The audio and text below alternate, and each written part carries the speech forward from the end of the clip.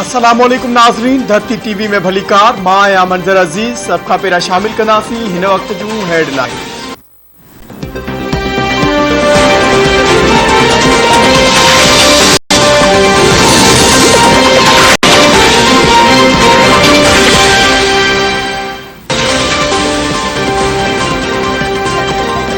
यासीन मलिक जी सज़ा खां पोइ मोदी जो असल चेहरो पधरो थी वियो। सज़ा ख़िलाफ़ अपील लाइ दुनिया जे हर फोरम ते पाण बीहंदुसि। अॻूणे सदर आसिफ अली ज़रदारी चयो आहे त भारत दुनिया में इंतिहा पसंदी जो बुनियाद रखी कहिड़ो पैगाम ॾियणु चाहे थो। कश्मीरियुनि खे कॾहिं बि अकेलो न छॾींदो। कश्मीरियुनि जो रत कॾहिं बि ज़ाया थियणु न ॾींदासीं। शहीद बेनज़ीर भुट्टो क़त्ल केस की जांच बि सही नमूने न कई वई। कातिल अञा ताईं पकड़ में न अची सघियो। इमरान खान जी बरतरफ़ी जमहूरियत लाइ पीड़ जो पत्थर हुई। खेसि जमहूरी तरीक़े सां हटायो वियो।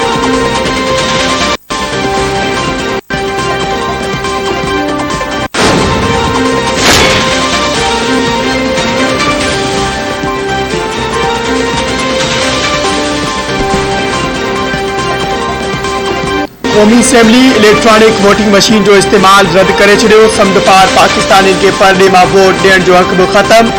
ऐवान में इलेक्शन एक्ट 2017 एहतसाब ब्यूरो ऑर्डिनेंस 1999 में तरमीमी बिल अक्सरियत राय सां मंज़ूर। कानून वारे वफ़ाक़ी वज़ीर आज़म नज़ीर तारड़ चयो आहे त कानून में बहितरी जी गुंजाइश आहे। 2018 जी चूंडुनि में कमी पेशी हुई जंहिंखे दूर करण जी ज़रूरत आहे। ऐवान नेब ऑर्डिनेंस 1999 में तरमीमी बिल बि अक्सरियत राय सां मंज़ूर कयो वियो। बिल तहत नेब चेयरमैन जी रिटायरमेंट खां पोइ डिप्टी चेयरमैन वक़्ती चेयरमैन थींदो। एहतसाब अदालतुनि में जजनि जी मुक़ररी 3 सालनि ताईं हूंदी।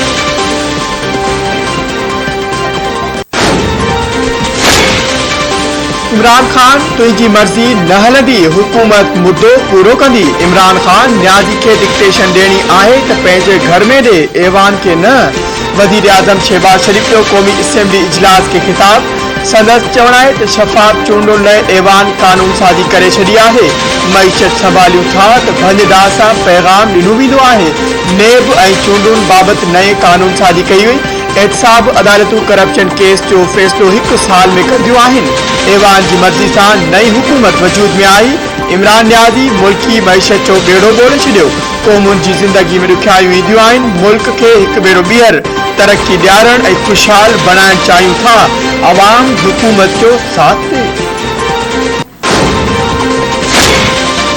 सुप्रीम कोर्ट इमरान खान ख़िलाफ़ हुकूमत ऐं इस्लामाबाद हाई कोर्ट बार जूं दरख़्वास्तूं मोकिलाए छॾियूं।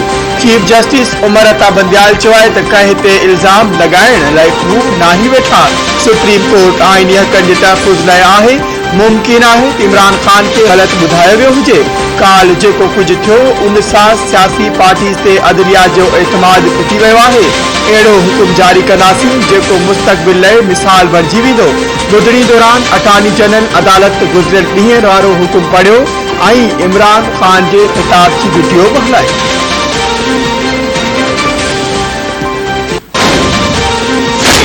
वज़ीर आज़म पारां इस्लामाबाद में डी चौक जो दौरो। अमन जी सूरतहाल बरक़रार रखण ते कानून लागू कंदड़ इदारनि जे एहलकारनि खे ख़राज तहसीन पेश। शहबाज शरीफ जो चवणु आहे त अमन अमान जी सूरतहाल बरक़रार रखण ते हू सिक्योरिटी एहलकारनि जा थोराइत आहिनि। पाकिस्तान खे पुरअमन मुल्क बणाइणो आहे।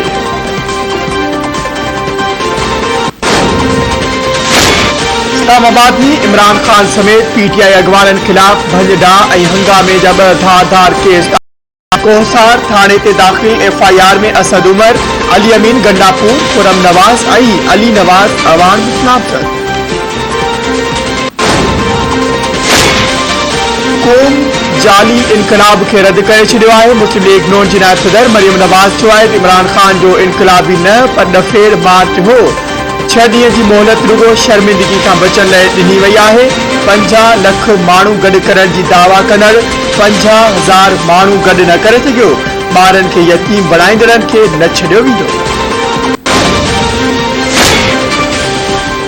मुल्क में चूंडुनि जो ऐलान। इत्तेहादी पार्टियूं गॾिजी कंदियूं। इमरान खान चूंडूं हाराइण खां पोइ बि चमदो त ॿीहर इलेक्शन करायो। इमरान खान गिलगित बल्तिस्तान ऐं KP जा सरकारी वसीला इस्तेमाल कया। पोइ बि अवाम साणस गॾु इस्लामाबाद न आयो। हुन नौजवानन के गुमराह कयो, कहे जे ब्लैक मेलिंग में न ईंदासीं।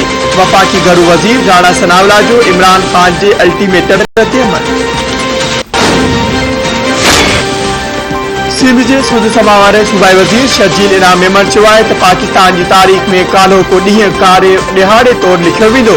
इमरान ख़ान जी नई पार्टी टाइगर फोर्स दहशतगर्दी जो मुज़ाहिरो कंदे मुल्कियतनि खे नुक़सान पहुचायो, पुलिस जी गाॾियुनि ते हमिलो कयो, पीपुल्स पार्टी 10 ॾींहंनि लाइ लॉन्ग मार्च कयो, को रोड ब्लॉक न थियो, कंहिंखे पत्थर बि न लॻो।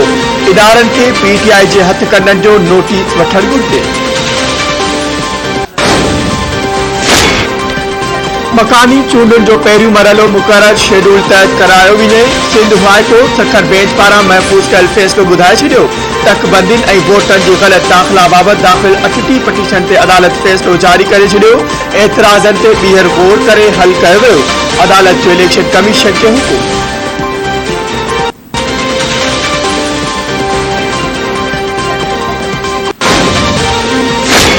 नेब लाहौर फराह खान जो कारोबार ॾिसंदड़ 4 माण्हुनि खे नोटिस जारी करे छॾिया। मुज़ाहिर बेग, वक़ार, आसिफ ऐं मुनीर खे 3 मई ते नेब आॾो पेश थियण जो हुकुम।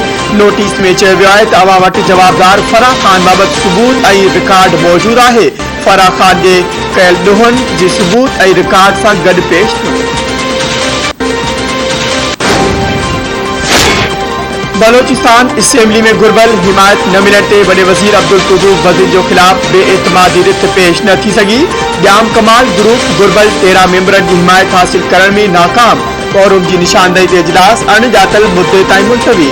यार मोहम्मद रिंद ऐं असद बलोच विच में सख़्त जुमलनि जी ॾेवट।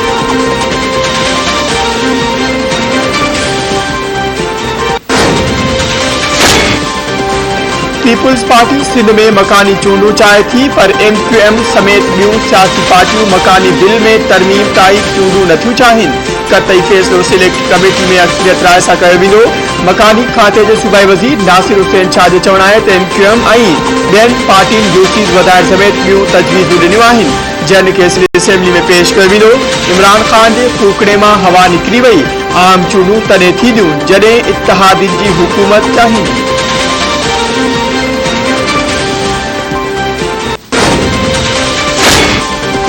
सिंध जे मुख़्तलिफ़ शहरनि में पानी जी खोट बरक़रार, ज़मीनूं बंजर बणिजी वयूं। जाम साहब जे शाख़ुनि में पानी न पहुचण ते कराची में जिना अस्पताल में 2 सियासी शागिर्द तंज़ीमनि में झेड़ो, 20 ॼणा ज़ख़्मी। अस्पताल इंतज़ामिया पुलिस ऐं रेंजर्स खे तलब करे वरितो, 3 ॼणा गिरफ़्तार।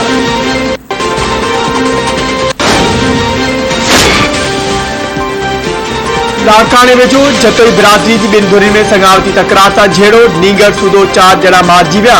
मारिजी वेलनि में इम्तियाज़, अमीन जतोई, संदसि घरवारी ऐं मासूम पुट शामिल। वाक़े बैदि धुरियूं मोर्चा बंदि, फायरिंग सबबि इलाइक़े में ॾोका पखिड़िया।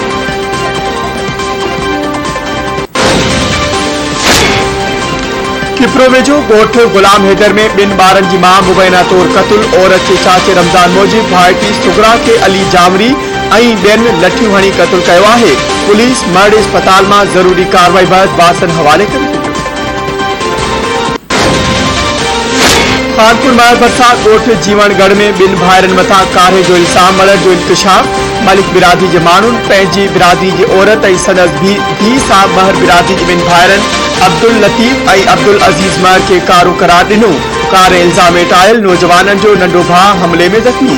कारे इल्ज़ामेट आयल मां ऐं धीउ गुम।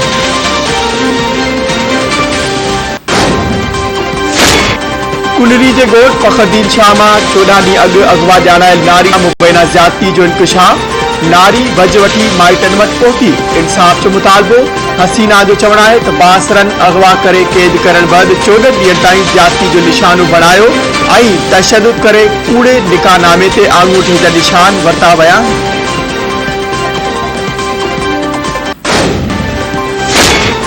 सांगड़ वेझो ॻोठ चक 43 में ज़मीन मां मिट्टी खणण तां मरी बिरादरी ऐं पठान बिरादरी जी 2 धुरियुनि में झेड़ो।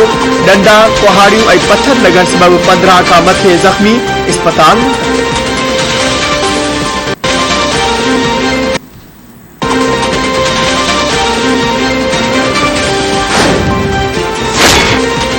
आई पाकिस्तान ऐं वेस्ट इंडीज़ विच में शेड्यूल वनडे सीरीज़ रावलपिंडी मां मुल्तान मुंतकिल।